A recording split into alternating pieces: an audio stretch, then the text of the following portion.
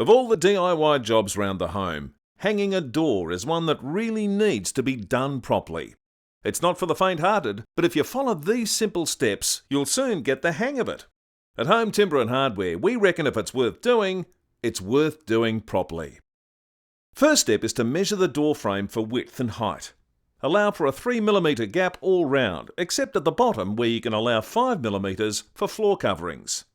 Ensure that you also check that the door frame is square by measuring the frame diagonally. You probably won't find exactly the right size door, so it's best to go for one a little bigger that you can trim to size. Measure and mark your trim lines, then measure again to be certain.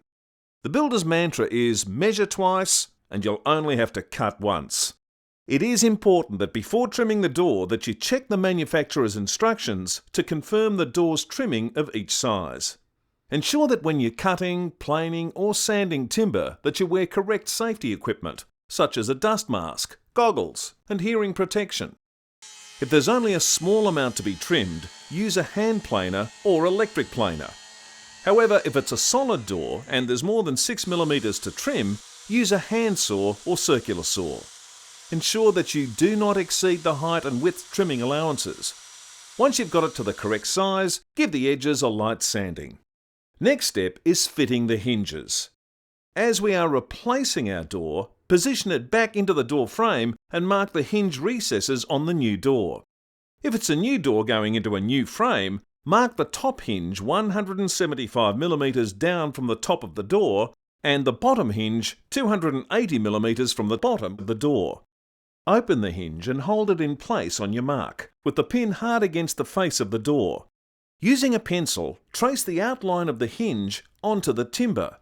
Repeat at the other end. Now, using a sharp chisel, make a series of cuts along the pencil line and then carefully check the recess out until the hinge fits flush with the door's edge. Mark and drill your screw holes, then screw the hinges into place.